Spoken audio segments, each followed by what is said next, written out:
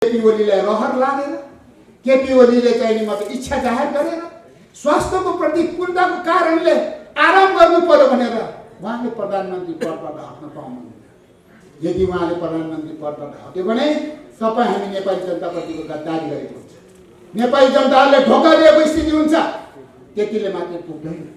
केपी ओलीले हटेको भोलिपल्ट हाम्रो देश नेपाल फेल स्टेटमा जानेछ, असफल राज्यमा जानेछ। अहिले यी कोही नेताहरूले म प्रधानमन्त्री हुन्छु भनेर आशा नगरे हुन्छ।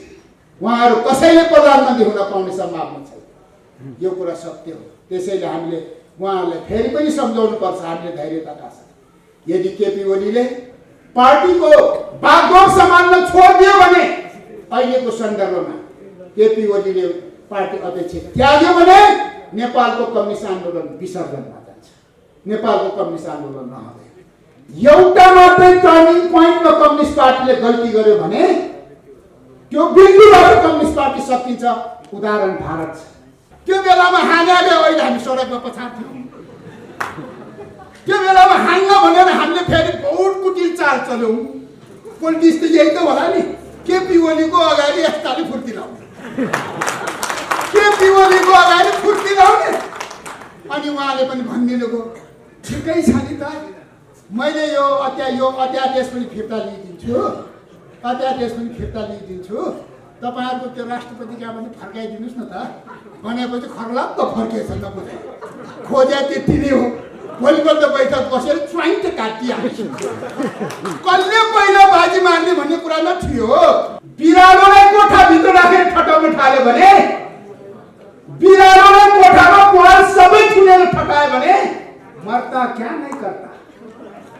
बिरालोले अन्तची थर्दैन, घाँटीको इयर पाइप समातेर ठुकिन्छ। अनि बिरालो भनेर बिरालोले त्यति गर्छ। जब बिरालोले तर हलाला चला गर्न नदिएपछि त्यति एक्सन गर्छ। यी त केपी ओली परे।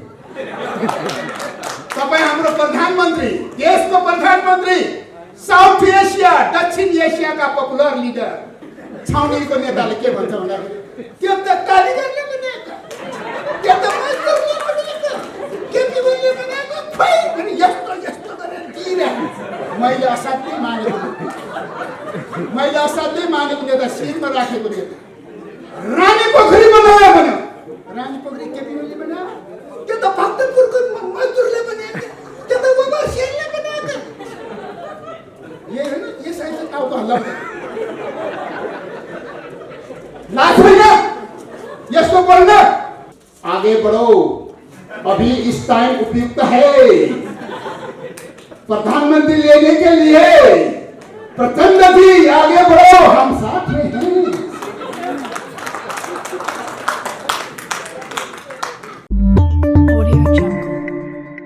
समाजको आवाज.com। तपाईहरुको बीचमा आज केही कुरा प्रश्न गर्नुपर्ने आवश्यकता छ। यहाँ साथीहरुलाई भ्रम छ। पखना अदालतले के निर्णय गर्छ त्यसपछि मात्रै यताउता जाने। अहिले कतै जानुहुन्न। के बनायो? के बनायो? पख सूर्य कता लाग्छ त्यता जाने। के बनायो? सूर्य कता लाग्छ त्यता जाने। अहिले कतै जाने होइन। अनि साथीहरुलाई चाहिँ यो कार्यक्रममा आउन डराउने, पालाक पुलुक दायाँ बायाँ हेरेर बसिरहे। किन त्यस्तो गर्नु पर्यो?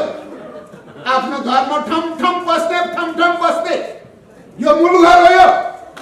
यो मूल घर हो। यो मूल घरका घरपतिहरूले, मूल घरका नायक तपाईँ, मूल घरका बाघहरूले खुट्टा कमाउने।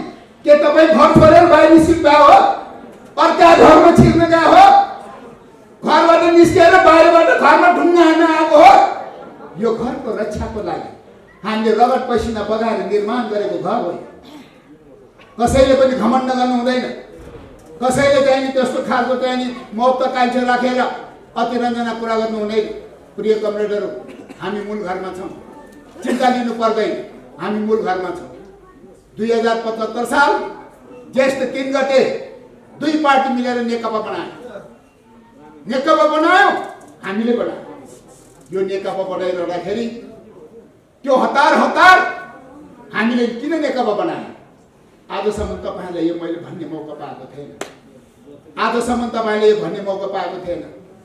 जुन दिन नेकपा माओवादी केन्द्रसँग नेकपा एमाले मिलेर नेकपा बन्यो, त्यो मितिदेखि हाम्रो पार्टी फ्रिज भयो, हाम्रो पार्टी जाम भयो, हाम्रो पार्टी चलेन, हाम्रो पार्टी एकदमै चाहिँ नि अचल चल हल नचल अवस्थामा रह्यो। यत्रो समयपछि आज 9 नम्बरको तपाईँ कार्यकर्ताले यो भेला गरेर आज कार्यक्रम गरिरहनु भएको छ। यहाँ कहीँ कतै रोकटोक छ? अब कसैले यसलाई रोक्ने छेक्ने काम गर्न सक्छ? कसैले रोक्ने छेक्ने काम गर्न सक्दैन। 2 वर्ष यो नेकपाको शक्ति खेर गयो। 2 years 2 वर्ष नेकपाको त्यो ऊर्जाशील शक्ति खेर गयो। कुनै शाखा कमिटी चलेनन्, कुनै नगर कमिटीहरू बनेनन्, बन्नै दिँदैनन्। मेरा यति मान्छे चाहिन्छ नराखी हुँदैन। अब मान्नै पर्यो, पार्टी एउटा बेला भन्छ। अनि यो मान्छे पनि चाहियो, त्यो मान्छे पनि चाहियो।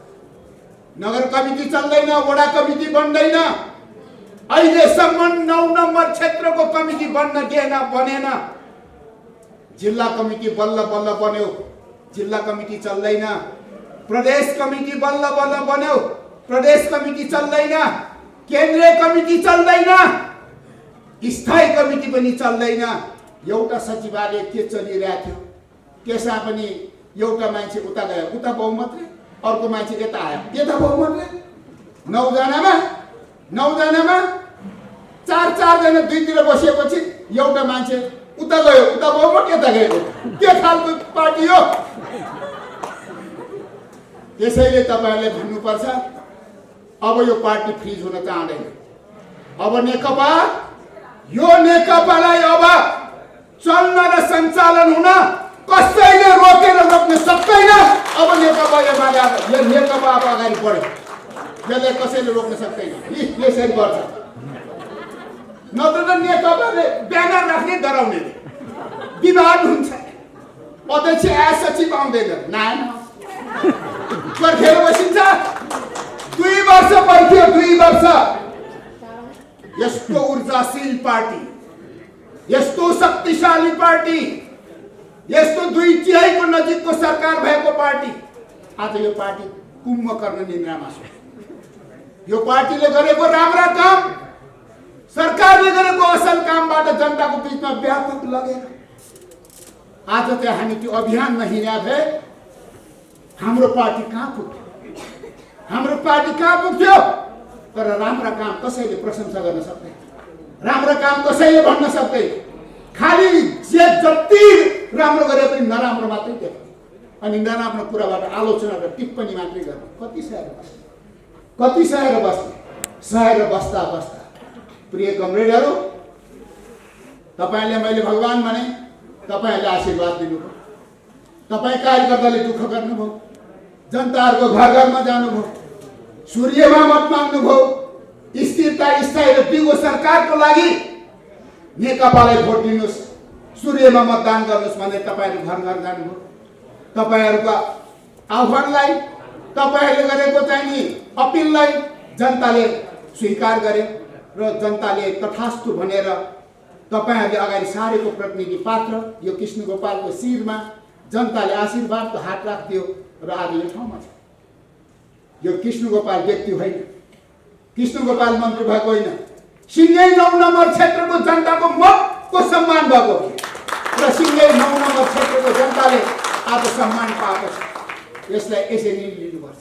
जनताले माया गरेर, जनताले गरेको श्रद्धाले आज हामी यो ठाउँमा पुगेका छौँ। त्यसकारण हामी माथि हेरेर चिन्ता होइन, तल हेरेर जनताको माया गर्न आवश्यक छ। तल हेरेर यो स्थितिमा तपाईहरुले म धेरै कुरा गर्न चाहन्छु। स्टार्टिङ हेर्नुस्, स्टार्टिङ हतार मदन नगरमा पार्टी एकता गर्दा तपाईहरुले यसको बुद्धि कुरा थाहै थियो। अब यो भन्नुपर्छ, अब जनताको अगाडि, न्यायाधीश जनताको अगाडि भन्नुपर्छ।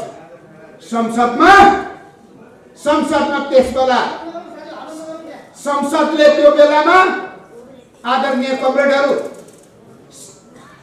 संसदमा जुन बेला 2075 साल जेठ 3 गते अगाडिसम्मको स्थिति के थियो भने संसदले नेकपाले चिन्दैन थियो।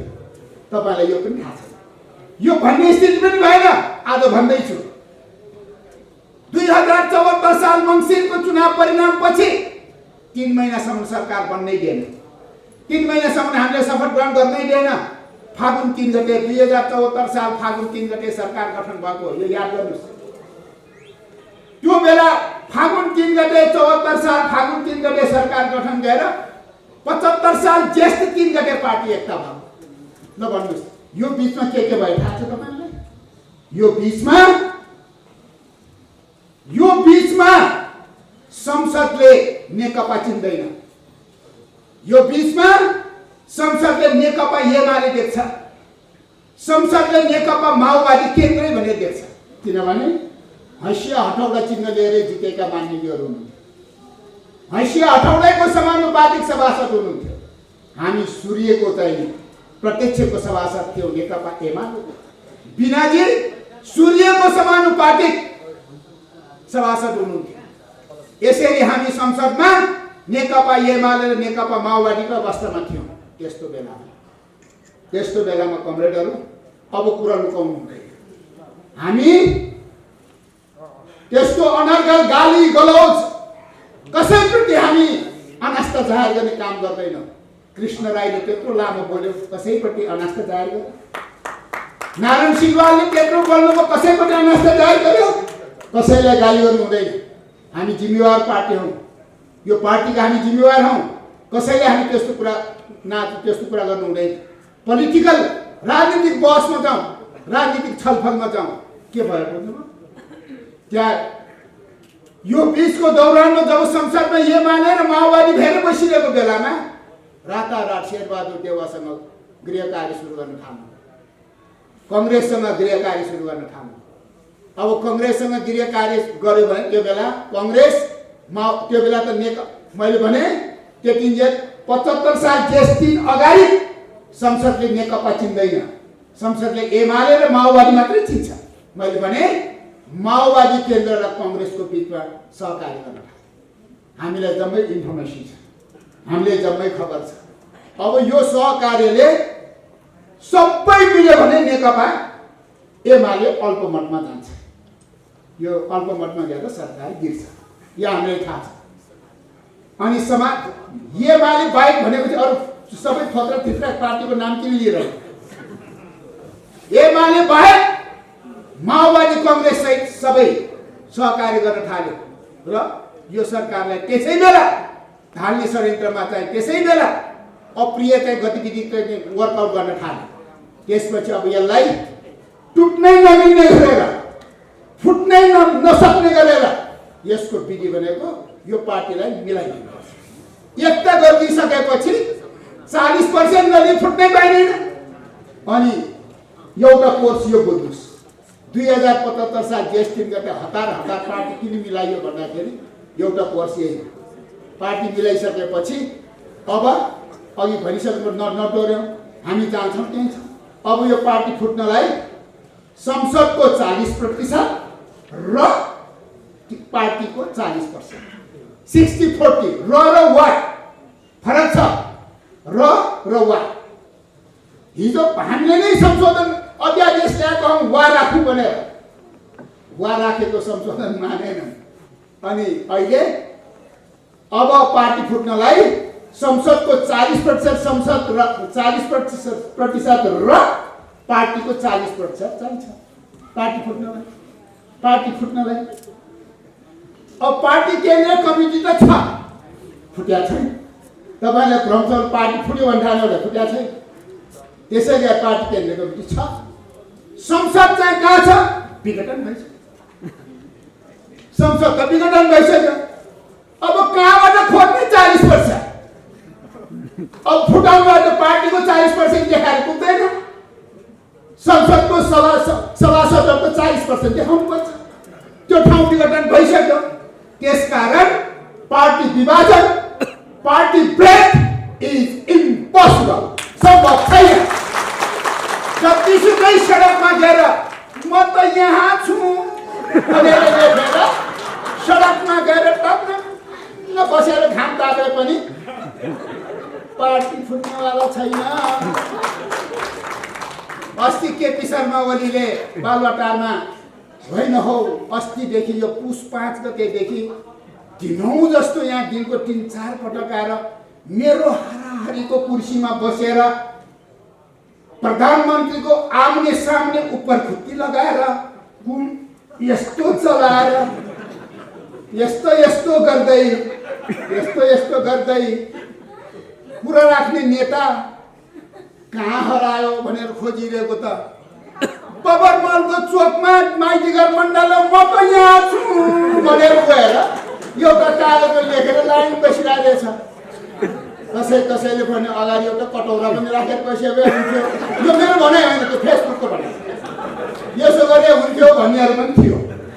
यसो भन्नुहुन्न हाम्रो आदरणीय नेताहरूलाई, किनभने उहाँहरू भोलि खर्लक्क फर्क्यो भने कमरे लाल सलाम भन्नु छ। त्यसै गरेर अहिले चर्को बोली आउनु हुँदैन। उहाँहरूले जतिसुकै गाली गरे पनि हामीले बोल्नु हुँदैन। हामी जिम्मेवार छौँ। हामीले त्यस्तो बोल्नु हुँदैन। त्यसैले कमरेडहरू यो कुनै रहरको कुरा होइन, यो कुनै रहरको कुरा होइन। यो बाध्यताले हामीलाई यो ठाउँमा पुर्याएको, र अहिले जुन ढङ्गले चाहिँ नि पार्टी विभाजनको चाहिँ नि यो अहिले प्रयास गर्दैछन्, च्याङ्गे सक्दैन पार्टी विभाजनमा। मैले त्यतिकै अस्ति यो स्थिति आउनुभन्दा पहिले निर्वाचन क्षेत्रमा मैले भनेको थिएन यो पार्टी फुटोस्, नेकपा चाहिँ चाँडै फुटोस् भनेर ढुक पाल्दा कारखानाबाट निकालेको सबै ढुक पालेर खरेनी भए पनि नेकपालाई फुट्न दिँदैन, फुट्दैन भनेको थिएँ नि, फुट्दैन। हामीसँग दुईटै अध्यक्ष छ, एउटा अध्यक्ष केपी शर्मा ओली, अर्को अध्यक्ष पुष्पकमल दाहाल। उहाँले जति सराप गरे पनि मैले अध्यक्षै भनेको छु, नरिसाउँछ है। हामीसँग यो नेकपाको जहाज चलाउने क्याप्टेन दुईटा छ भनेको छु। एउटा क्याप्टेन अलिअलि रिसाएका छन्, जति रिसाए पनि एउटाले पनि जहाज त उडाउनै सक्छ त्यहाँ। नियम दिदीले पनि उड्छ जहाज। त्यसैले अहिले उहाँको कार्यकारी अधिकार चाहिँ हामीले खोज्दैछ, किनभने अब 2 वर्षसम्म पार्टी नै चलाएन। कार्यकारी अधिकार दिएको मिटिङ नै राख्दैन, खालि 3 पको सिद्धान्त सम्झने, पद, परिवार, पैसा, 3 प मात्रै सम्झने। स्थायी सचिवालय बैठक भनेपछि मेरो फलानुलाई राजदूत चाहियो, सचिवालय बैठक भनेपछि मलाई त्यो पद चाहियो, पद मात्रै। फेरि बाहिर भाषण गर्छ मलाई केही पद चाहिएको छैन, मलाई कुनै पद चाहिएको छैन। यो आन्दोलन यो हाम्रो झगडा पदको लागि होइन, तर अब हामीलाई उधारोमा हुँदैन, नगदी हाटाहाटी चाहियो भन्छ। फेरि सुनिरहनु भएकै छ। ए बाबा 10औं महाधिवेशन पछि तपाईँलाई दिन्छु, हुँदैन, यो उधारो अहिले चाहियो। अर्को चुनावपछि तपाईँलाई प्रधानमन्त्रीको पद छोडिदिन्छु, होइन, अहिले चाहियो। किनभने अर्को पटक चुनाव जित्ने आशै छैन। जनताहरूको बिचमा गएर फेरि चुनाव जितौँला भन्ने आशै छैन। अनि कहीँबाट भनिदिएको छ आगे बढो, अभी इस टाइम उपयुक्त है प्रधानमंत्री लेने के लिए, प्रचंड जी आगे बढ़ो, हम साथ में हैं।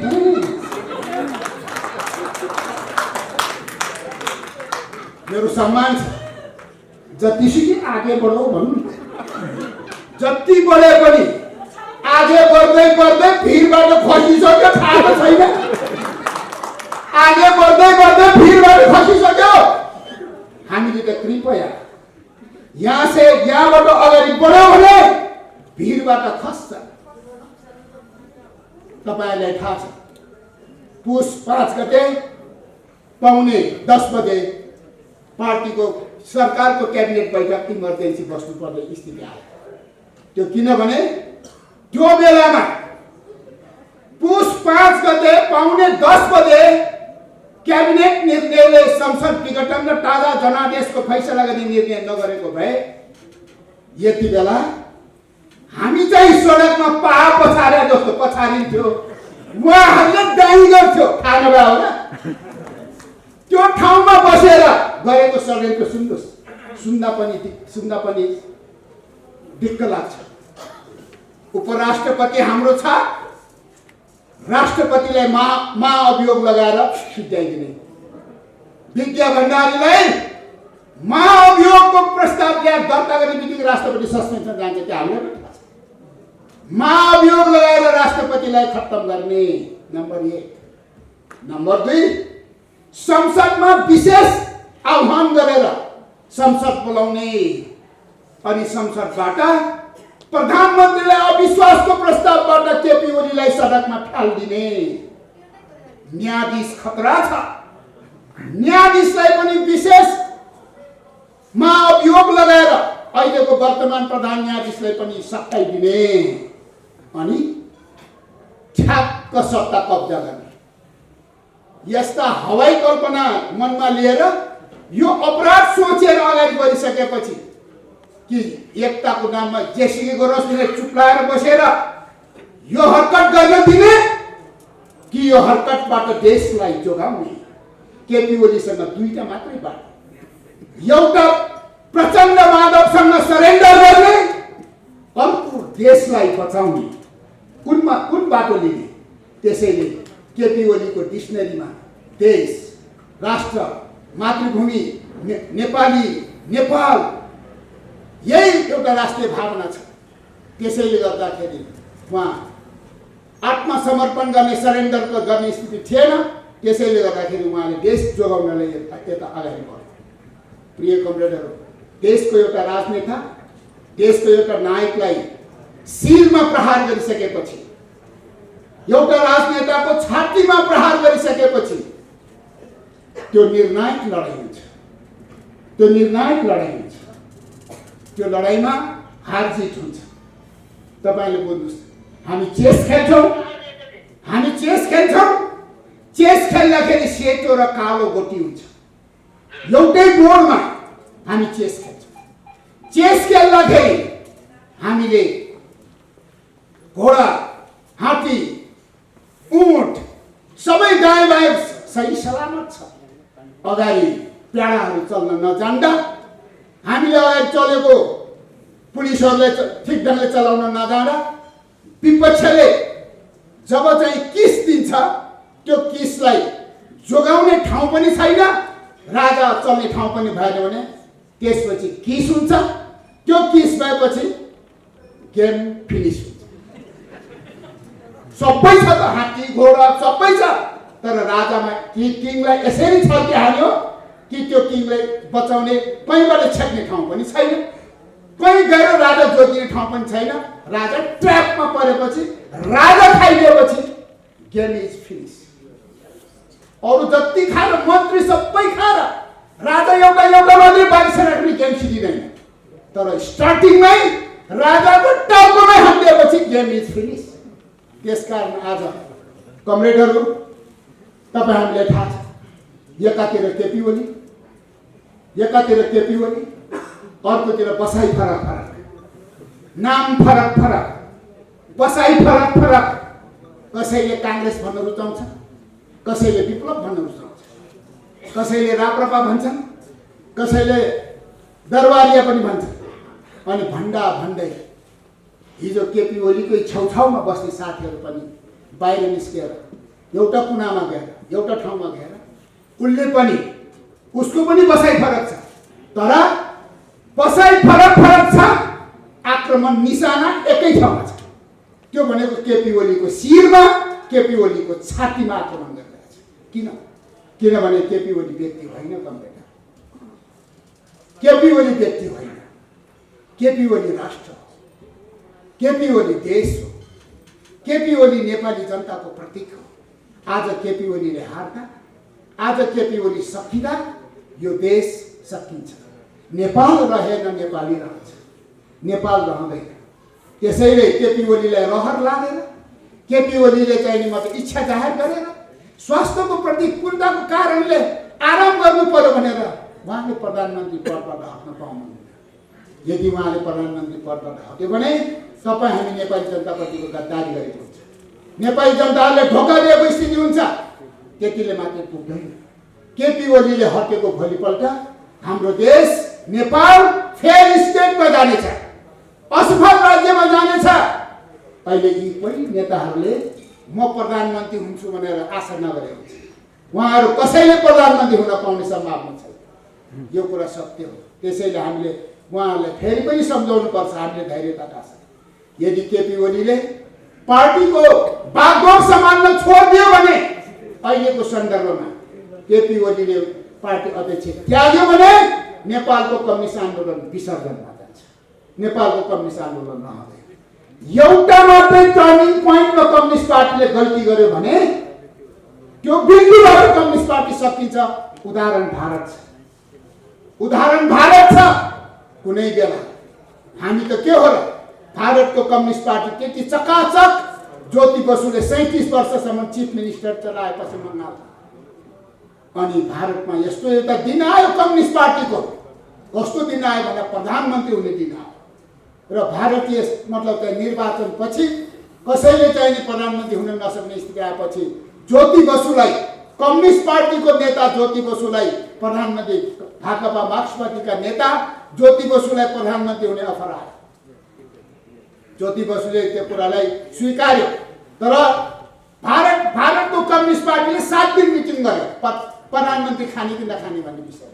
अनि त्यो 7 दिन मिटिङपछि क्रान्तिकारी निर्णय गरेर फर्केछन् कम्युनिस्टहरूले विचार। प्रधानमन्त्री खाने भनेको औषधवादलाई सम्हाल्नु हो, प्रधानमन्त्री खाने भनेको सुविधा भोग गर्ने हो। त्यसकारण कम्युनिस्टहरूले सुविधा भोग गर्नु हुँदैन, कम्युनिस्टहरूले मतलब चाहिँ प्रधानमन्त्री खानु हुँदैन भनेर प्रधानमन्त्री नखाने निर्णय गर्यो।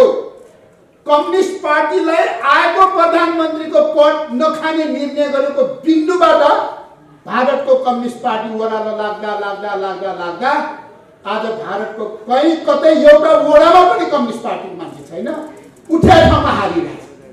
यसरी सकिन्छ। त्यसकारण हामीले चाहिँ बेलायमा यस्ता कुरालाई चाहिँ मनन गर्नुपर्छ, यस्ता कुरालाई बुझ्नुपर्छ। तपाईँहरूले चाहिँ समयले साथ नदिएकोले मात्रै हो, यो कुनै रहरले होइन। उहाँलाई डे एन्ड डे सुरुवातका दिनदेखि नै उहाँमाथि आक्रमण थियो। तपाईँ न्यायाधीश जनतालाई म भनिदिन्छु, सरकार गठन गरेको बेला कति सदस्य सरकार गठन भयो? कतिजना? जम्मा 3 जना, प्रधानमन्त्री सहित लालबाबु पण्डित, थम्माया थापा, केपी शर्मा ओली। यही होइन? तपाईँले न्यायाधीश हो नि, किन यो 3 जनाको मात्रै गठन भयो? त्यो बेलाको माओवादी खोइ त किन आएन त माओवादी? उसले मान्छे दिएन। सुरुमै अट्याक गरिसक्यो केपी ओलीलाई, सुरुमै केपी ओलीले असफल गर्ने, प्रहार गर्ने सुरु गर्यो। त्यस बेला हामीले एकदम सम्हाल्यौँ। 3 सदस्य क्याबिनेट लिएर बिचरा केपी कमरेड अगाडि बढ्नुपर्ने स्थिति आयो। प्रचण्डले नाम दिएन। अनि किन दिएन? मैले भनेको मान्ने हो भने मात्रै दिन्छु। ल हेर्नुहोस्, अब यो तपाईँले कहिले सुन्नु भएको छ?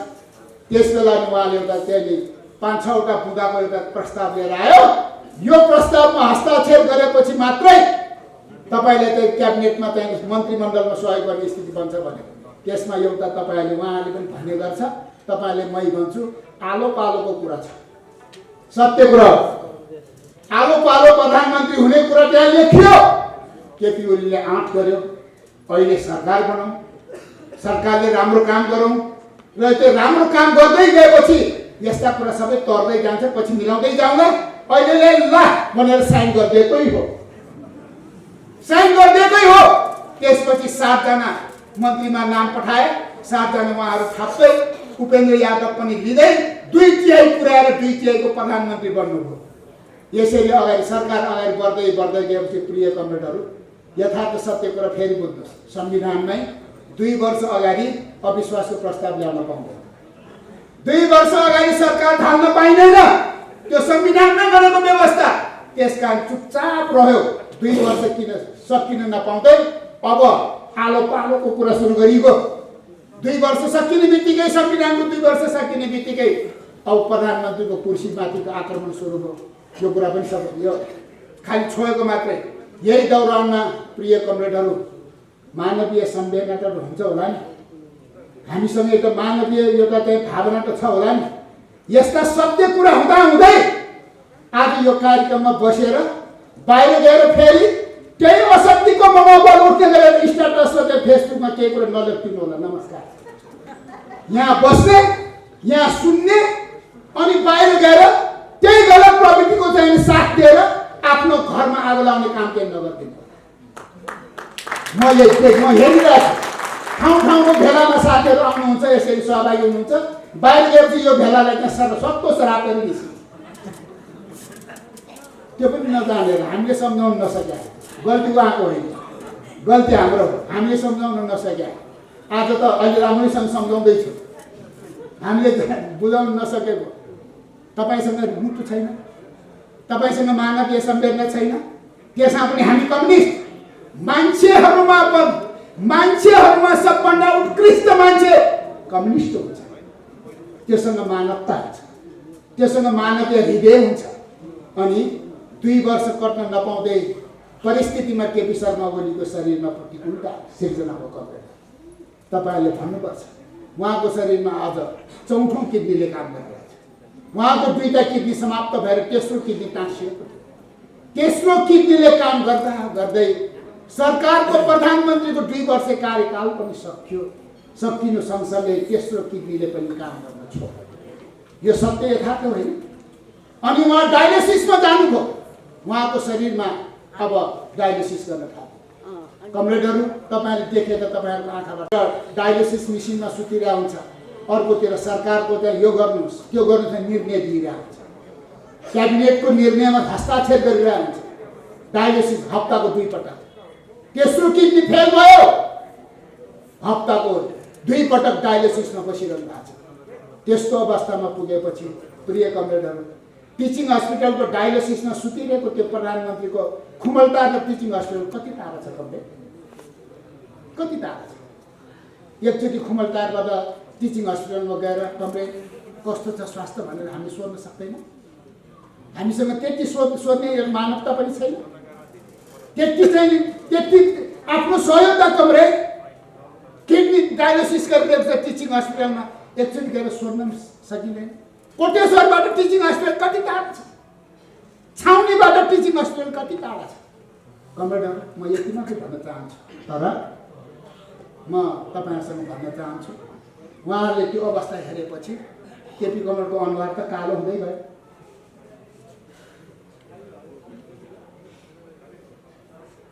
कालो हुँदै गयो।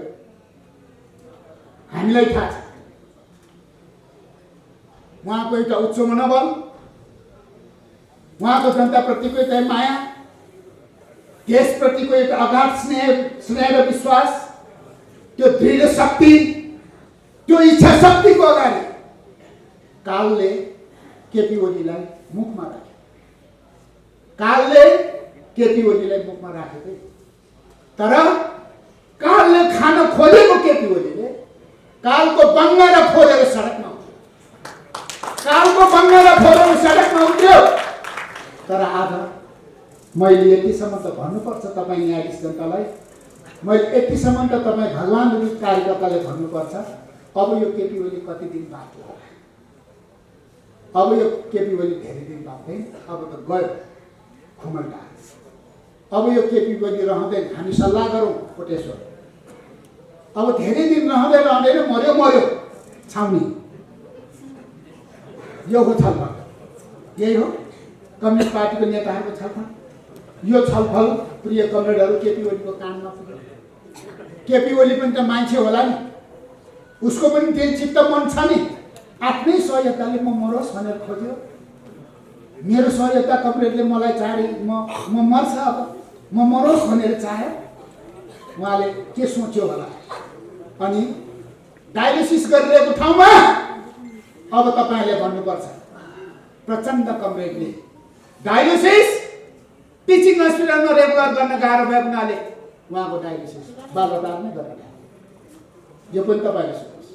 म त उहाँको नजिकको मान्छे, किन ढाँटेर गएर अनि बालुवाटारमै डायलिसिस गर्न थालेँ। त्यही डायलिसिस गरेको बेलामा मैले छेउबाट हेरिरहेको थिएँ। खुमलटारले केपी कमरेडको अनुहार खुब हेऱ्यो।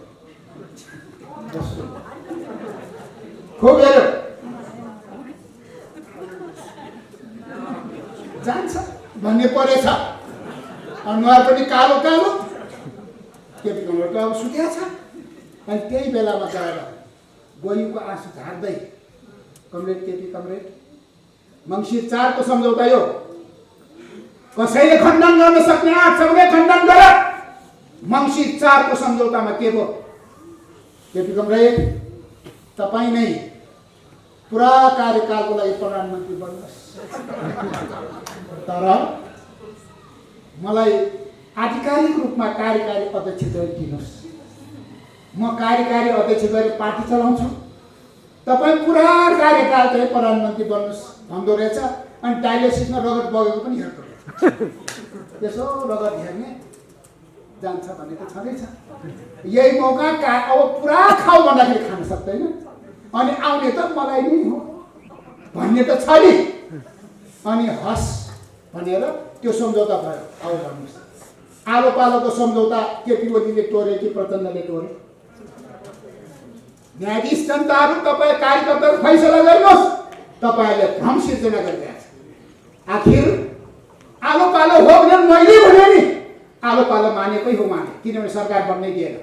अनि त्यसपछि आफैले डायलिसिसमा सुतेको प्रधानमन्त्रीलाई अनि पुरा कार्यकाल प्रधानमन्त्री तपाईँ, म चाहिँ कार्यकारी अध्यक्ष, यही सुन्नुभयो होइन? सत्य कुरा यही हो नि।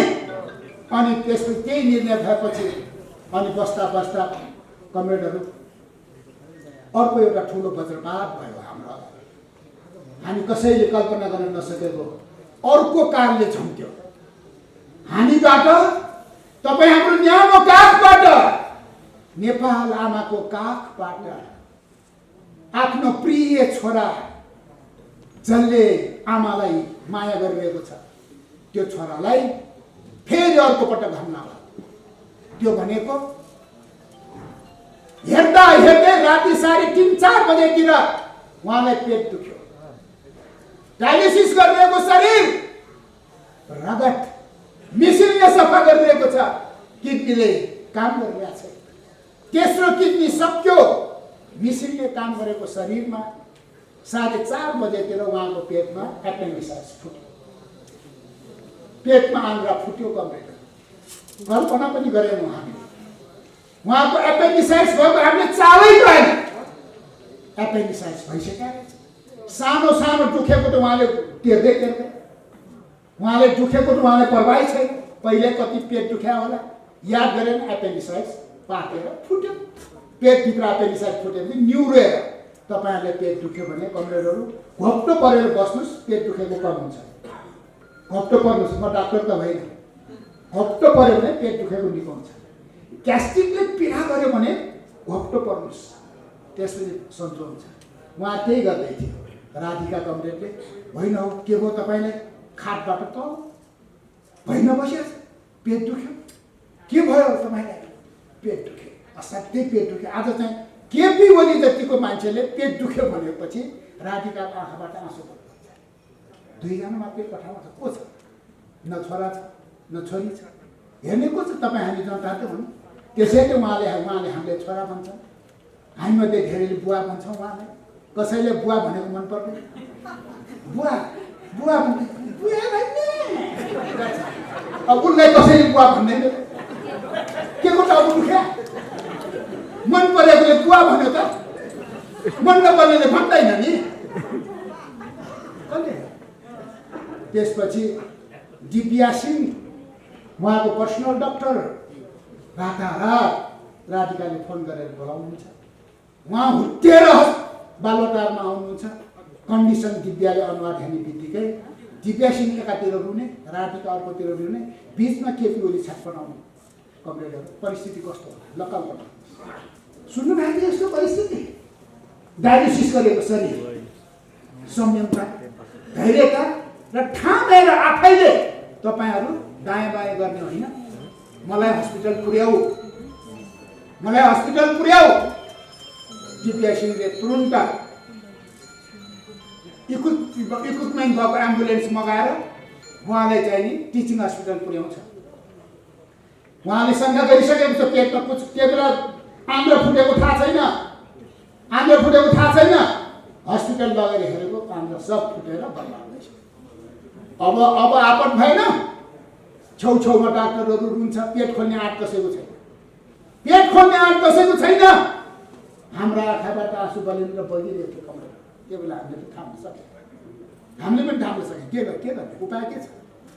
कतिपल्ट खोल्ने त्यो पेट, नखोली सुखै छैन।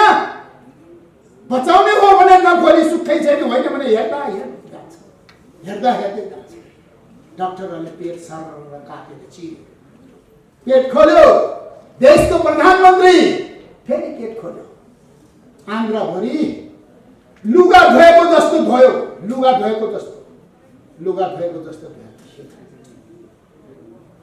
9 दिनका बाद उहाँ फ्रेस भएर, उहाँ सङ्लो भएर, उहाँ फेरि अलि सहज भयो।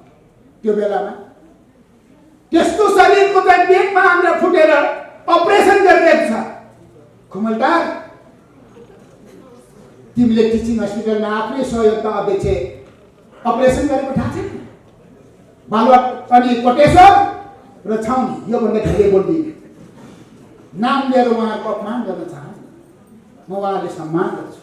उहाँले थाहा पाएन छ, छाउनीले पनि टिचिङ हस्पिटल देखेन, खुमलटारले टिचिङ हस्पिटल देखेन, कोटेश्वरले पनि थाहा पाएन। अनि उहाँ त बाहिर निस्क्यो। टेलिभिजनमा भने मैले सुनेको, खुमलटारले टेलिभिजन हेरिरहँदाखेरि केपी ओली आन्द्रा सफा गरेर पेट सिलाएर बाहिर निस्केर गाडीमा चलेर हात यसरी हल्लाएर गाडी चलेको देखेपछि यसो गर्यो। खुमलटार त्यो टेलिभिजनको अनुहार हेर्न नसकेर यस्तो गर्यो, के गरेर थाहा छ। त्यसपछि फर्किनुभयो अनि उहाँले नै बोलाएर बातचित गर्यो, कुराकानी गर्यो। यसो छोडिदिनुहोस्। त्यसपछि मलाई म आफै नजिक भएको ठाउँको एउटा घटना बताइदिन्छु। 2 अध्यक्ष आम्ने सामने, म साइडमा उभिएको छु।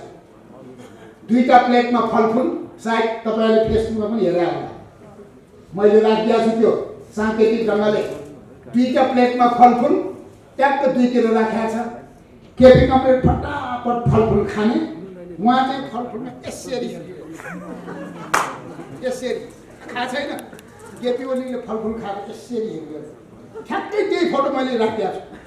फोटो आफै प्लेयर छ भनेर राखिदिएको। जसरी बुझ्नु मन लाग्छ, न्यायाधीश तपाईँ हो, भगवान् तपाईँ हो। अनि त्यही बेलामा केपी ओलीले भन्नुभएको छ, अध्यक्ष प्रचण्ड, अब म यो डायलिसिसको झमेलामा बस्दिनँ, म अब अर्को किडनी राख्छु, अब म फेरि अर्को किडनी राख्छु। अनि ओहो, यो त खतरा हुन्छ, नगरौँ भने भन्दो रहेछ। अब मैले यसरी सधैँ यो डायलिसिस गरेर कति बस्नु, अब किडनी चाहिँ अर्को म टाँस्छु भनेपछि भित्र चाहिँ हड्डी हाँक्या छ, बाहिर चाहिँ नगरौँ भन्दो रहेछ। केपीले पनि राम्रै बुझाएको छ, छेउको म कृष्णको बात पनि यति बुझाएको छु। उहाँले फलफुल नखाइ पनि हिँड्नुभयो। केपी ओलीले सबै फलफुल खाए। अनि त्यसको भोलिपल्ट किडनी ट्रान्सप्लान्टको लागि फेरि टिचिङमा जानुभयो। उहाँले टिचिङमा लिएर गइयो। मन त्यसमा किडनी पनि पाइसक्यो, किडनी निकालिसक्यो, उहाँले राख्ने किडनी तयार भइसक्यो। तर डाक्टरहरू पेट खोल्न मानिरहेको छैन। एपोलो हस्पिटलबाट कुनै कुरा लुकाउनु पर्ने जरुरत छैन। Doctor is the god. Doctor भनेको भगवान हुन्। त्यो कुन देशको भन्ने हुँदैन। डक्टरको देश र चाहिँ डक्टरको जात हुँदैन। डक्टरको कुनै राजनीतिक सीमा हुँदैन। त्यही एपोलो हस्पिटलको एउटा डक्टर म अत्यन्तै सम्मान गर्छु। त्यो डक्टरले 4औं किडनी ट्रान्सप्लान्ट गर्ने भएपछि उसको मन मानेन, ऊ नेपाल आयो र त्यही छेउमा ऊ पनि उभिएर बसेको छ। उसले हेरिरहेको छ नेपाली डक्टरहरूले चाहिँ अपरेसन गरेको। डक्टरहरू रोए।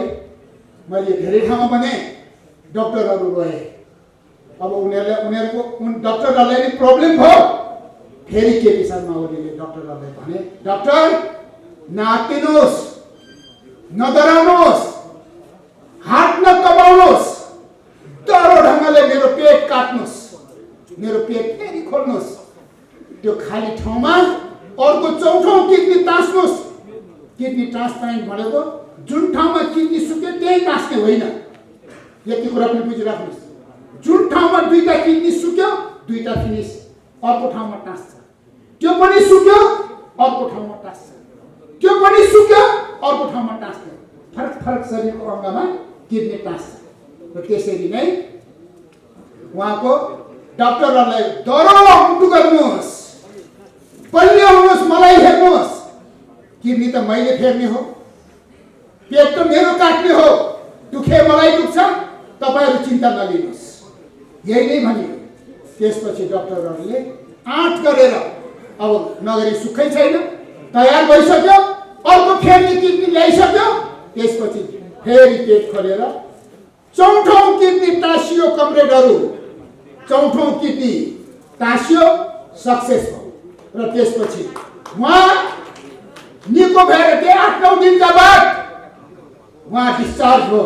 अब सुन्नुहोस् कमाल कुरा, जब डिस्चार्ज भयो डाक्टरहरूले भन्यो, सम्माननीय प्रधानमन्त्रीज्यू तपाईँ हिँड्न मिल्दैन, तपाईँलाई व्हील चेयरमा राखेर हामी तल लान्छौँ। उहाँले जवाफ दिनुभयो, व्हील चेयरमा हिँड्दा त म कमजोर भनेर मान्छेले हेपिहाल्छ नि।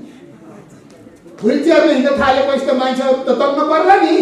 म त ठमठम हिँडेको मजा आउँछ त, म हिँड्ने भन्नुभयो। अब डाक्टरको कुरा सुन्नु भएन। अब यो अपरेसन थिएटरबाट उहाँ हिँडेर त्यसपछि चाहिँ नि उहाँ त्यो के यो तल माथि गर्ने के भन्छ, लिफ्ट, लिफ्टमा बस्नुभयो। सर्ट तल झर्नुभयो। लिफ्टबाट दुईजनाले दुईतिर रातो फिगरको ज्याकेट लाउनु भएको छ, याद गर्नुभयो होला। रातो फिगरको ज्याकेट लाउनु भएको छ। दुईतिर दुईटा उहाँले चाल नपाउने गरेर, उहाँले धेरै कुरा चाल नपाउने गरेर गर्नुपर्छ। हामीले धरालाई चढ्दा उहाँले चालै नपाउने गरेर अगाडि र पछाडि अक्सिजनको सिलिन्डर बोकाएर हामी त्यही हिमाल चढ्ने मजदुरहरूलाई पठाएको थियौँ। उहाँले थाहै नदिकन, थाहा दियो भने उहाँले मान्दैन। धरालाई चढ्दाखेरि अगाडि र पछाडि दुईटा अक्सिजनको सिलिन्डर सहित उहाँ धराहरूको टुप्पामा चढ्नु भएको थियो। त्यतातिर नजाउँ, चढेको भनपल्यो कि पहिला चाहिँ धरालै ढल्यो। उहाँले पर्खेर बसिहालेछ। अब अहिले उहाँले नै उठाउँदैछ यतातिर। पछि गफ गरौँ, पछि गफ गरौँ। उहाँले थाहा दिनु हुँदैन। दुईटा सेक्युरिटीले उहाँले चाल नपाउनु गरेर, जस्तो अहिले मसँग छ मलाई सुरक्षाको लागि आउने मेरो भाइहरू, उहाँले चाहिँ चालै नपाउनु गरेर उहाँको यस्तो हातबाट यहाँ हात छिराएर लगिरहेको, उहाँ त्यसरी हिँडिरहेछ नि, तर यहाँ हात राखेको थाहै दिएन। उहाँ हिँड्नुभयो र ठ्याक्क स्टेप डाउन भयो। याद गर्नुभयो होला। त्यो बल्लेन्द लडेको भए फिनिस सिद्धिन्थ्यो। तर दुईटा सुरक्षाका जवानहरूले आफ्नो प्रधानमन्त्रीलाई बचाए। ती छोराछोराका ती सुरक्षाका जवानहरू ट्याक्क समातेपछि उहाँको खुट्टा त लड्खडाएको थियो। याद गर्नुभयो होला, लड्खडाएको। अनि ट्याक्क गाडीमा बसेको त्यो बेलामा पनि उहाँले रातो फिगर ज्याकेट लगाएर यसरी हात हल्लाउँदै बालुटार आउनुभयो। अब परेन फसाद। त्यसकारण यो आएको स्थिति। अब आउनुभयो त, अनि आइसकेपछि फेरि बालुटारमा गफै गफमा अब उहाँ पनि अब यस्तो रमाइलो गर्ने इच्छा गर्ने मान्छे, तपाईँलाई थाहा छँदैछ। उहाँले भन्नुभयो, प्रचण्डजी चौथो किडनीले त खासा काम गर्यो भाइ, अहिले त कमाल भइगयो नि। अब फेरि हेर्नुहोस् त, 19 वर्षको किडनी हाले मैले भनिदिएछ। अनि मेरो त जुना पनि कालो कालो हुन थाल्यो, कपाल पनि नयाँ ढङ्गले आउन थाल्यो। भनेपछि अब यसले अर्को 10-15 वर्ष खाने भयो भनेपछि अहिले राजीनामाले अहिले पार्टीले छोड, यही होइन भने यही हो नि सत्य कुरा त। अनि उहाँलाई चाहिँ अब छोड्दैन। अब काठमाडौँतिरको एकजना महिला छन् क्या, प्रदेशतिर जितेको रे, पार्टी अध्यक्ष पनि छोड, प्रधानमन्त्री पनि हक भन्छ बा। उसैले भोट दिएर जिताएको अध्यक्ष जस्तो न उनले पार्टी अध्यक्षमा भोट दिएको छ, न उनले संसदमा भोट दिएको छ, प्रदेशमा छ संसदमा पनि भोट दिएको छैन। पार्टी अध्यक्षलाई भोट दियो भने पनि उहाँ केपीको गुटकै परेन, न आफूले भोट दिएको छैन। तर के भन्छ, पार्टी अध्यक्ष पनि हक, प्रधानमन्त्री पनि। यो भनेको के? यो भनेको देशले अस्तित्व अराजकतातिर लिएर जाने भने होइन। त्यसलाई धेरै सम्हाल्न खोज्दा खोज्दा प्रिय कमरेडहरू बिरालोलाई कोठाभित्र राखेर ठटाउन थाल्यो भने, बिरालोलाई कोठामा पाल सबै थुनेर ठटायो भने मर्ता क्या नै करता। बिरालोले अन्तची थर्दैन, घाँटीको इयर पाइप समातेर ठुकिन्छ। अनि बिरालो भनेर बिरालोले त्यति गर्छ। जब बिरालोले त हलाला चला गर्न नदिएपछि त्यति एक्सन गर्छ, यी त केपी ओली पर्यो। तपाईँ हाम्रो प्रधानमन्त्री, देशको प्रधानमन्त्री, साउथ एसिया, दक्षिण एसियाका पपुलर लिडर, राष्ट्रवादको नायक, आज इतिहास अहिले धेरै कुरा आइसक्यो, मैले दोहोऱ्याउनु परेन। नाकाबन्दीलाई हराउने नेता, हराएको भूभागलाई नक्सामा ल्याउने नेता, लाइन लक कन्ट्री, भूपरिवेशित मुलुकलाई अब लाइन लक कहिल्यै पनि नाकाबन्दी नहुने गरेर चाइनाबाट नाका खोल्दै ट्रेड एन्ड ट्रान्जिटको चाहिँ सम्झौता गर्ने नेता, पहिलो संविधान सभाबाट संविधान आउन नदिएर दोस्रो संविधानबाट संविधान आउन दिने नेता, अनि यो देशलाई सुरुङ मार्गको युगमा ल्याउने नेता, रेल मार्गको युगमा ल्याउने नेता, पानी जहाजको चाहिँ नि सपना देख्ने नेता। हरेक नेताले सपना देख्नुपर्छ, कमरेडहरू, देश बनाउने सपना देख्नुपर्छ, अनि मात्रै हुन्छ।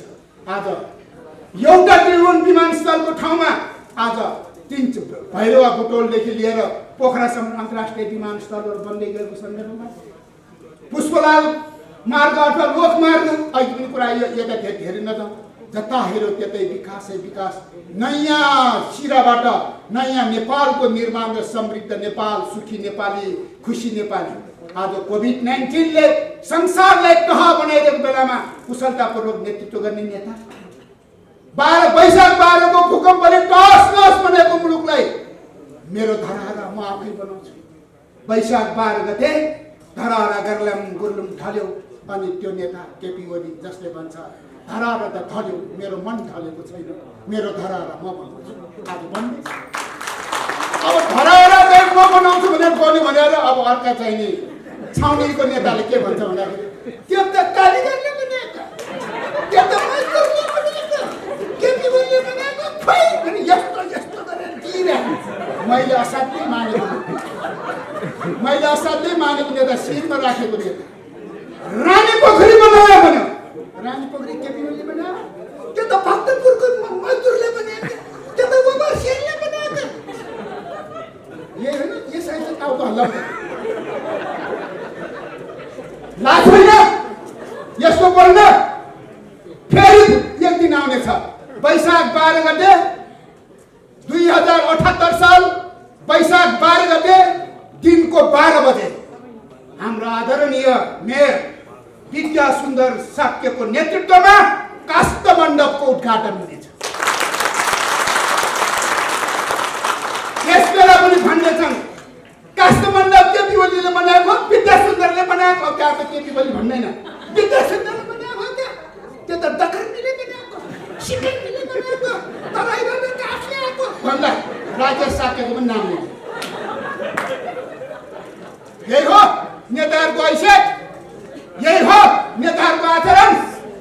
यस्तालाई हामीले नेता मानेर हिँड्नु पर्यो।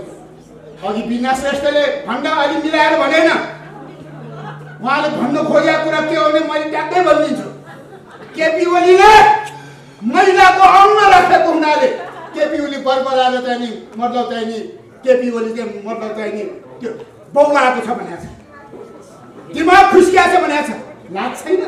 अरू बेला जस्तो भएको भए त्यो हरिपराजुली बिचरा मन्त्रीले धान रोप्न गएकोमा जागिरी गयो।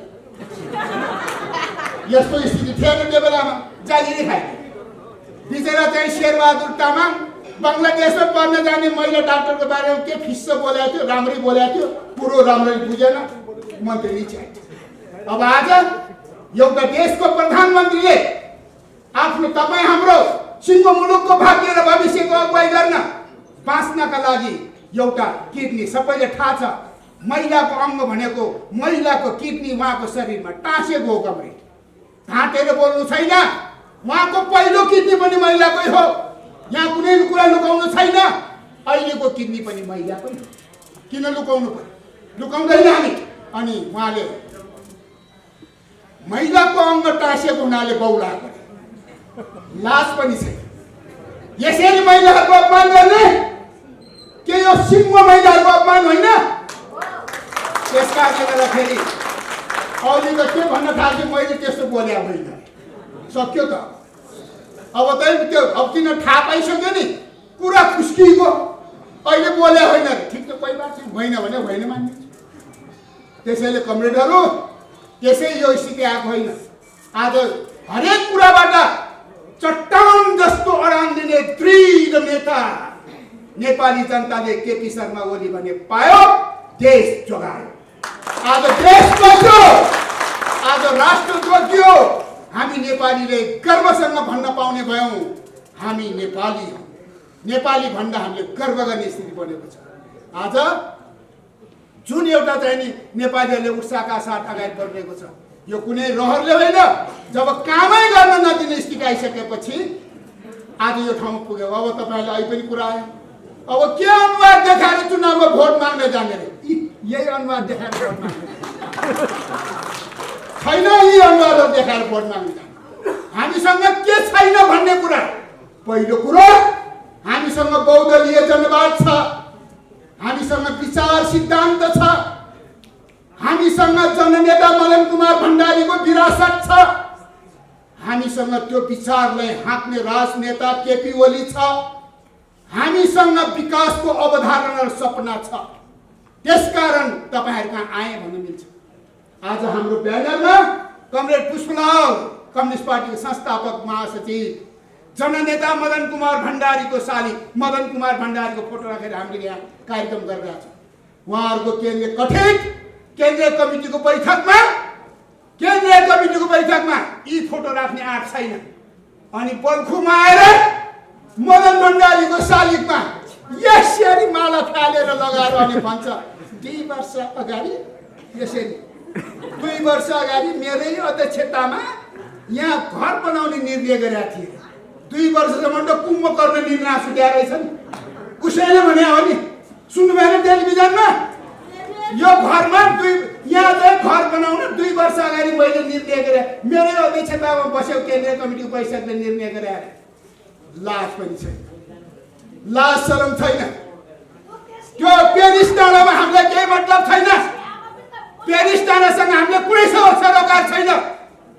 बल्खुको जग्गामा लौ आँखा लगाउँदा, बल्खुको जग्गामा लौ आँखा लगाउँदा सुन पनि दिँदैन। लाज शरम केही छैन। नेकपाका पैसा जम्मै रोक्ने, उसको बाबु सम्पत्ति हो। हाम्रो रगत बस्नेले जम्मा गरेको पैसा, हामीले जम्मा गरेको पैसा। त्यसैले गर्दाखेरि आज चाहिँ नेकपाको चाहिँ एमालेको सम्पत्ति सबै रोका गर्ने, हामीले पेरिस डाँडाको सम्पत्ति रोका गर्ने भनेको छैन। हामीले नेकपा माओवादीको सम्पत्ति रोका गर्ने भनेको छैन। हामी जिम्मेवार छौँ। त्यो हाम्रो सम्पत्तिमा गिटे दृष्टि नलागेको छ। त्यो हाम्रो सम्पत्तिमा त्यस्तो कुनै बैङ्कले, कुनै आर्थिक निकायले नेकपाको सम्पत्ति रोक्ने हैसियत राख्दैन। त्यसकारण ढुक्काउनुहोस्। र अर्को, लोगो चिन्ह र पार्टी कसको के हुन्छ भन्ने कुरामा पार्टी नेकपा सक्यो। नेकपा फुट्दैन, नेकपा फुट्दैन। अब त्यसमा हामी छौँ। अब सूर्यमा हस्ताक्षर गर्ने हात त त्यही केपी ओलीकै मात्रै छ। त्यही केपी ओलीले हस्ताक्षर गरेको सूर्य चिन्ह लिएर विद्या सुन्दर मेयरमा उठेको, म सभासदमा उठेको, अरूले साइन गरेको छ, 2टा अध्यक्षको साइन छ। अब भोलि चुनाव हुँदा जे जस्तै भए पनि अब चुनावमा जाउँ। अरू उपाय छैन। अब अरू केही उपाय छैन। अब यो संसद विघटन वैधानिक छ। 65% बहुमतको प्रधानमन्त्रीले संसद विघटन गरेको, जसरी गिरिजाले गरेका थिए। गिरिजा बहुमतको प्रधानमन्त्री भएर विघटन गरेका थिए। हामी 65% अहिले कुरा आइसक्यो, कृष्णजीले भनिसकेका छ। म त्यतातिर जान चाहन्न। यो संविधान, यो संसद विघटन वैधानिक छ। कसैले रोकेर अब रोक्न सक्दैन। संसद विघटन भइसक्यो। अब 40% त्यहाँ कसै खोज्ने संसदै छैन। त्यहीबाट अब पर्यो नि फन्डा। अनि म यहाँ छु भने सडकमा सुत्न जाऊ। अनि देख्नु भएन अस्तिको जुलुसमा नारा लगाएको? सुन्न सक्नुहुन्थ्यो, सुन्न मिल्थ्यो। सूर्य र कम्युनिस्ट पार्टीको झन्डामा बडाम राखेर खाइरहे। कुनै श्रद्धा छ, माया छ? नक्कली माया हो। सूर्य ओरिजिनल हाम्रो हो। यो सूर्यमा कसैले गिद्धे दृष्टि नलाए हुन्छ। त्यसकारण यो हँसिया अठौटाको झन्डा हाम्रो हो। हाम्रो रगत पसिना बगेको छ। यो हाम्रो रगतले रङ्गिएको रातो झन्डा हो। कसैले न्यु नखोजेको छ। त्यसैले गर्दाखेरि हामी तपाईँ ढुक्क हुनुहोस्। नेकपाको तर्फबाट अब हामी अगाडि बढ्नेछौँ। हाम्रो चिन्ह सूर्य हुनेछ। अब यही दौरानमा भोलि म यी नेताहरूलाई भन्न चाहन्छु, धेरै सडकमा गएर चुरीफुरी गरेर यताउता केही नगर्नुहोस्। अहिले यत्रो बोल्दाखेरि पनि मेरो राजनीतिक कुरा भन्दा चाहिँ त्यस्तो खालको अनर्गल मलाई भन्न आउँदैन। म भन्दिनँ, फेरि भोलि आउने होला। अनि हामीले हेरेकै हो, हिजो एमालेबाट फुटेर माले हुँदा चित्त नदुखाउनुहोस्, चित्त नदुखाउनुहोस्। हिजो एमाले हेर्दैको 2/3 बहुमत सहितको जित्ने अवस्थाको एमालेलाई ल्याम्म फुटाएर माले बनाएको होइन। अनि माले बनाएर के नै हुने जस्तो गरेर पहिरो पहिरो यो सबै मेरो भन्ने बुरबुर बुरबुर बुरबुर उफ्र्या होइन। हामी राष्ट्रघाती के पनि भन्दिनँ, बुरबुर बुरबुर बुरबुर उफ्र्या थियो नि। को बाँकी थियो र? कोही बाँकी थियो? पद्मरत्न तुलाधर म अत्यन्तै सम्मान गर्छु उहाँलाई। पद्मरत्न तुलाधर उहाँलाई हामी अत्यन्तै सम्मान गर्छौँ।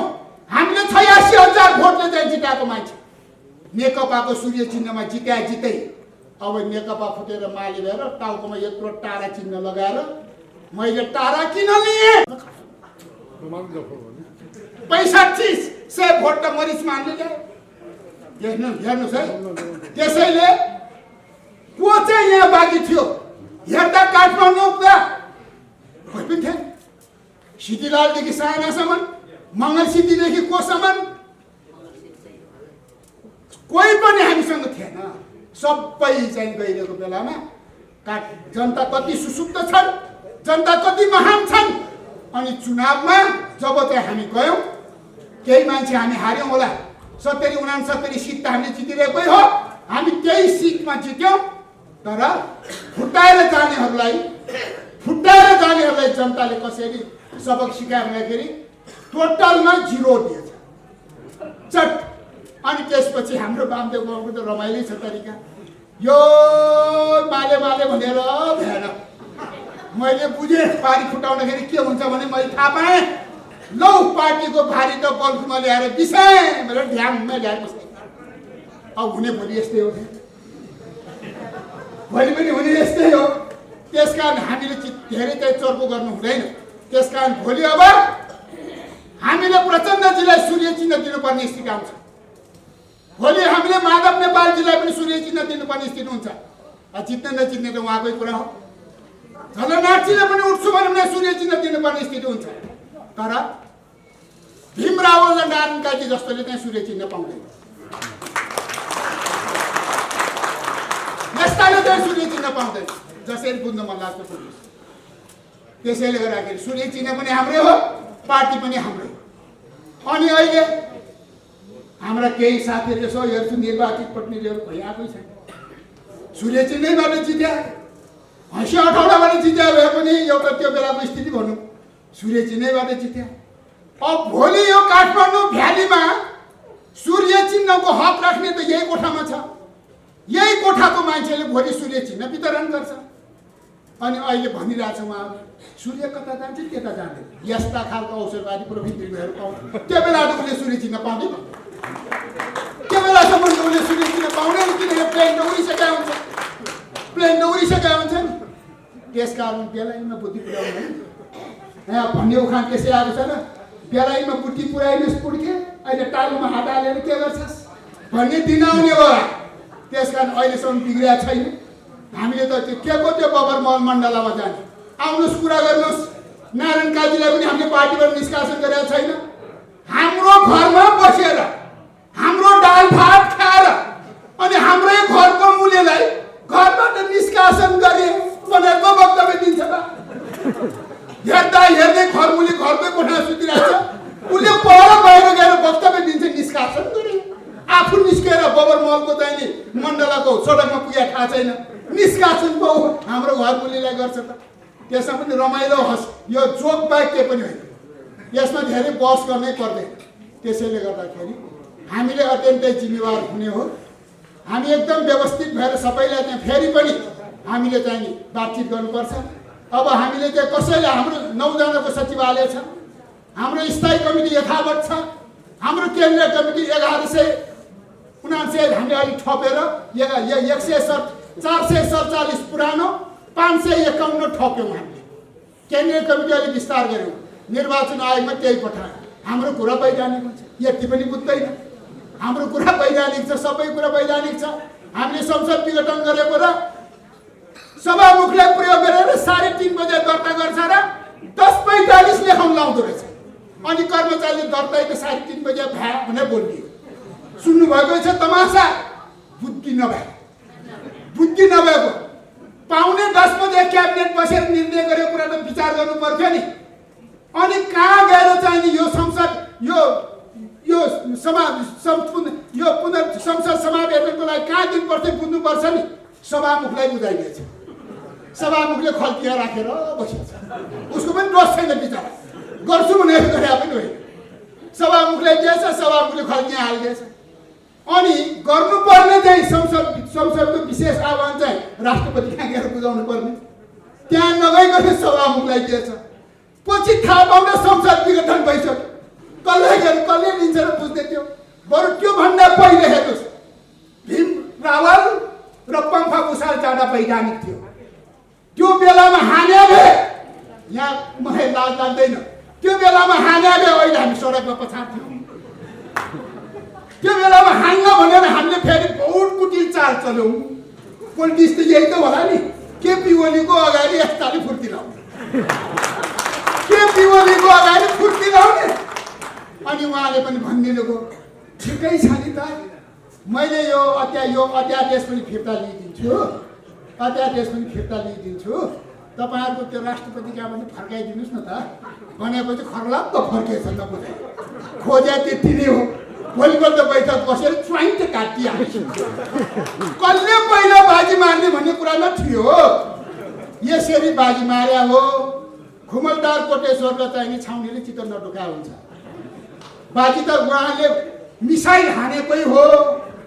त्यो मिसाइललाई बिचमै क्याच गरेर उहाँहरू बसेको धरतीमा अर्को क्षेप्यास्त्र हान्डेको बम नै फुट्यो। त्यति भएको मात्र चित्त नडुकाउनुहोस्। ट्रेनमा पर्केपछि बबरमहलको सडक नपुग्यो। अब केही हुनेवाला छैन, कोहीसँग करार केही हुनेवाला छैन। अब के हुन्छ? अब निर्वाचन आयोगले सबै काम अगाडि बढाउँछ। उसले निर्वाचनको प्रक्रिया गरेर भइसक्यो, सुरक्षा निकायहरू खटिसके। अब अदालतले आफ्नो फैसला गर्छ। अदालतले गर्ने हरेक फैसला हाम्रो लागि मान्य हुन्छ। जनताको बहुदलीय जनवादको 14वटा विशेषता मध्येको कानुनी राज्यलाई मान्ने, कानुनी फैसलालाई सम्मान गर्ने हाम्रो नीति छ। त्यसैले सम्मानित अदालतले आफ्नो फैसला गर्छ। यसमा हामीलाई विश्वास छ। सम्मानित अदालतले अहिलेको मुलुकलाई अस्थिरता, अराजकता र चाहिँ नि यो भटाभुङ्गो मुलुक बनाउने पक्षमा जाँदैन। त्यसै भएर होला प्रधान न्यायाधीशले समेत महाअभियोग लगाएर सिद्ध्याउँछु भन्ने साथीहरूले नि गएर मुद्दा हालेको छ। हेरौँ अब जे सर्वोच्चले जे निर्णय गर्छ हामी त्यो निर्णयले पर्खिन्छौँ। तर हाम्रो प्रस्ताव वैशाख 17 र वैशाख 27 गते अब चाहिँ मध्यावधि चुनाव गर्ने माग गरेका छौँ। यो सरकारको प्रस्ताव हो, त्यसकारण यो टेककेयर गभर्मेन्ट होइन, यो केयरटेकर गभर्मेन्ट होइन। अब यो केयरटेकर गभर्मेन्टले मन्त्रीमण्डल विस्तार गरेर फेरि मुद्दा हाल्न गएको छ। बुद्धुहरू त्यति पनि बुद्धि छैन। निर्वाचन आयोगले चुनाव घोषणा नभएसम्म सरकार शक्तिशाली सरकार हुन्छ। यसले जम्मै निर्णय गर्न पाइन्छ। यो केयरटेकर गभर्मेन्ट होइन। त्यसैले मुद्दा हाल्यो। अब मुद्दा हाल्यो पनि त्यो मुद्दा केही पनि हुनेवाला छैन। आजै बस त्यो के गरेको पनि थाहा छैन। यहाँ पसुन्जेल केही भइसक्या पनि हुनसक्छ अथवा सरिसक्या पनि हुनसक्छ, मलाई थाहा छैन। तर सरकारको चाहिँ रिक्त मन्त्रीहरू पनि फुलफिल गरिदियो। सरकार त अब अगाडि दमथम पर्यो। एकै दिनमा 45 जना संवैधानिक अङ्गका मान्छेहरू थपे। अब सरकारले गतिका साथ अगाडि बढ्छ। हिजो म शहरी विकास मन्त्रालयमा थियौँ, आज शिक्षा मन्त्रालयमा पुगेको छु। मेरो पार्टीले वर्तमान सरकारका पार्टी अध्यक्ष एवं सम्माननीय प्रधानमन्त्रीले अहिले यति बेला पार्टीलाई सङ्कट परिरहँदाखेरि उहाँले मलाई माया गरेर सम्झिनु भएको छ। मलाई उपत्यकाको पार्टी सम्हाल्ने जिम्मा दिनुभएको छ। म तपाईँहरूको बिचमा वैधानिक रूपमा, औपचारिक रूपमा उपत्यकाको इन्चार्जको रूपमा तपाईँहरूको अगाडि दिइरहेको छु। मेरो पार्टीले, मेरो गौरवशाली पार्टी, मेरो आदरणीय अध्यक्ष सम्माननीय प्रधानमन्त्रीजीले मलाई विश्वास गरेर ठाउँमा ल्याएको छ। सरकारको शहरी विकास मन्त्रालयबाट शिक्षा मन्त्रालय जस्तो महत्त्वपूर्ण मन्त्रालयमा ल्याएको छ। यो सरकारको आवश्यकता अनुसार मैले कहाँ बस्नुपर्छ गर्दा गर्दै मैले बाहिर बसेर अरू कसैले ल्याउनु पर्ने स्थिति हो भने पनि यसमा हामीले केही समस्या छैन। अब जे होस् यो विश्वासी जिम्मामा हामी छौँ। अब तपाईँहरूले चुपचाप बस्ने बेला छैन। विकास आफ्नो ठाउँमा विकास निर्माणका योजनाहरू सोच्नुहोस्, प्लानिङहरू गर्नुहोस्। शहरी विकासमा कृष्णगोपाल छैन, अब केही हुँदैन यस्तो होइन। एउटै क्याबिनेटका हामी सरकार छौँ, सरकारमा हामी छौँ, तपाईँ छौँ, हामी सबै छौँ। त्यसकारण अब सडक, अब आवास तथा भौतिक योजना मन्त्रालय, शिक्षा मन्त्रालयको तर्फबाट पनि धेरै मतलब जनकार्य र शिक्षा विकासको सन्दर्भमा यो पनि एउटा चाहिँ नि महत्त्वपूर्ण चाहिँ मन्त्रालय नै हो। स्वास्थ्य मन्त्रालय, शिक्षा मन्त्रालय, स्थानीय विकास मन्त्रालय भनेको पोलिटिक्स गर्ने मन्त्रालय हो र शहरी विकास भौतिक मन्त्रालय भनेको डेभलपमेन्ट मिनिस्ट्री हो। त्यसैले गर्दाखेरि मन्त्रालय फरक फरक हुन्छ। त्यसमा हामी एकै ठाउँमा छौँ। अब हाम्रो ठाउँको यो 9 नम्बर क्षेत्र मात्र होइन, होल भ्याली र सिङ्गो मुलुकमा हामीले चाहिँ विकास निर्माणको अवधारणा के गर्न सकिन्छ यसका योजनाहरू बनाएर अगाडि बढ्ने हो। र निर्वाचन अगाडि निर्वाचनको तिथिमिति नतोकेसम्म, चुनाव आचार संहिता लागू नभएसम्म गर्नुपर्ने काम अब पर्खिने समय छैन। डाङका डाङ ठोकेर घोषणा गरेर अगाडि बढ्नुपर्छ। त्यसको लागि तपाईँहरूले चाहिँ त्यो विकास निर्माणका प्रपोजलहरू अब मन्त्री कृष्णगोपाल भइहाल्यो, सबै उसैले गर्छ। मेरो घरमा सुतेर बसेर के पनि हुँदैन। तपाईँहरूले प्लान बनाउनुहोस्, योजना बनाउनुहोस्। त्यस्ता खालको कार्यक्रमको बारेमा सडक निर्माणका कुराहरू हुन्छ। 8-10 करोड मतलब चाहिँ नि लाग्ने अथवा चाहिँ साना ठाना स्थानीय तह र चाहिँ नि प्रदेश सरकारले गर्न सक्ने कुरामा नजानुहोस्। एउटा सङ्घीय रूपमा केन्द्रीय स्तरबाट गर्न सक्ने विकासका योजनाहरू लिएर आउनुहोस्।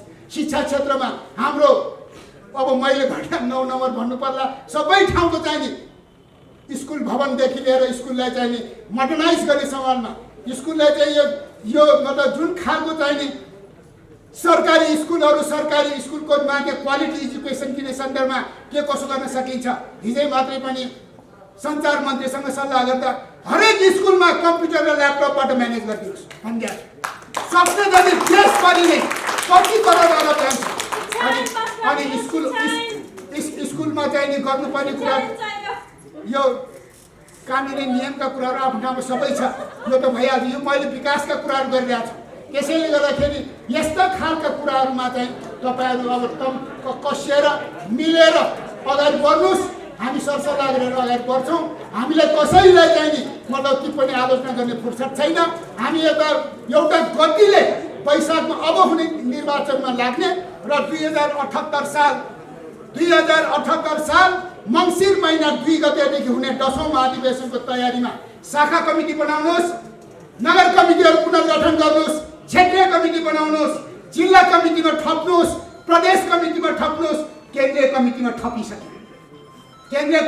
थपिसके आवश्यकता पर्यो भने आवश्यकताको सिद्धान्तभित्र केन्द्रीय कमिटीमा केही साथीहरू फेरि बाहिर जाने स्थिति पनि होला। अब बाहिर गएको खालि अहिले त 447 कायमै गरेका छौँ नि त। त्यसकारण उहाँहरू यहाँ बस्दैन अब भनेर जान पाइन्छ।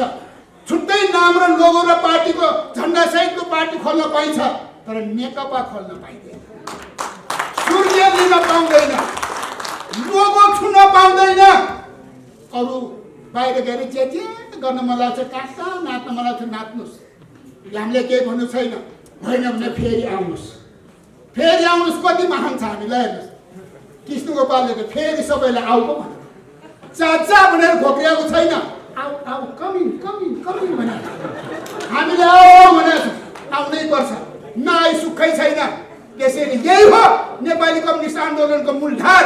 2006 सालमा पुष्पलालले स्थापना गरेको कम्युनिस्ट पार्टीको निरन्तरता मूलधार यही हो। यही पार्टीमा आउनुको विकल्प अरू केही छैन। त्यसकारण जे जति गल्ती कमी कमजोरी गर्नुभयो 19 पानीलाई गल्ती भयो, क्षमा गर्छु, फिर्ता लिनुहोस् भन्नुहोस्, समस्या हो। अनि बसेर सँगै जाने फेरि फलफुल खानुहोस्, तर यसो नहेर्नुहोस्। यतिभन्दा बढी के माया गर्ने? हाम्रो यो माया छ। यही माया र आदर्शका साथ हिँड्दा नै मुलुक बन्छ, देश बन्छ। देश र मुलुकको माया छ भने हामी मिलेर जानुको अर्को विकल्प छैन कमरेडहरू। यसकारण यो रहरको कुरा होइन, परिस्थितिले यो ठाउँमा पुर्यायो। अब यही बिन्दुबाट जनताको ताजा जनादेशको लागि जनताको बिचमा जाने लोकतन्त्र हो। जनताको बिचमा जाने लोकतन्त्र हो। जनताले जे फैसला गर्छ हामी मान्छौँ। हामीले सर्वनाश गरेर सम्पूर्ण रूपमा हामीलाई सडकमा फालिदिउँदै पनि जनता महान छन् भनेर जनताले अभिवादन गरेर फेरि जनताको सेवामा लागिरहन्छ। तर हामीले सबभन्दा ठुलो कुरो जनताले मान्छ। समाजको आवाज.com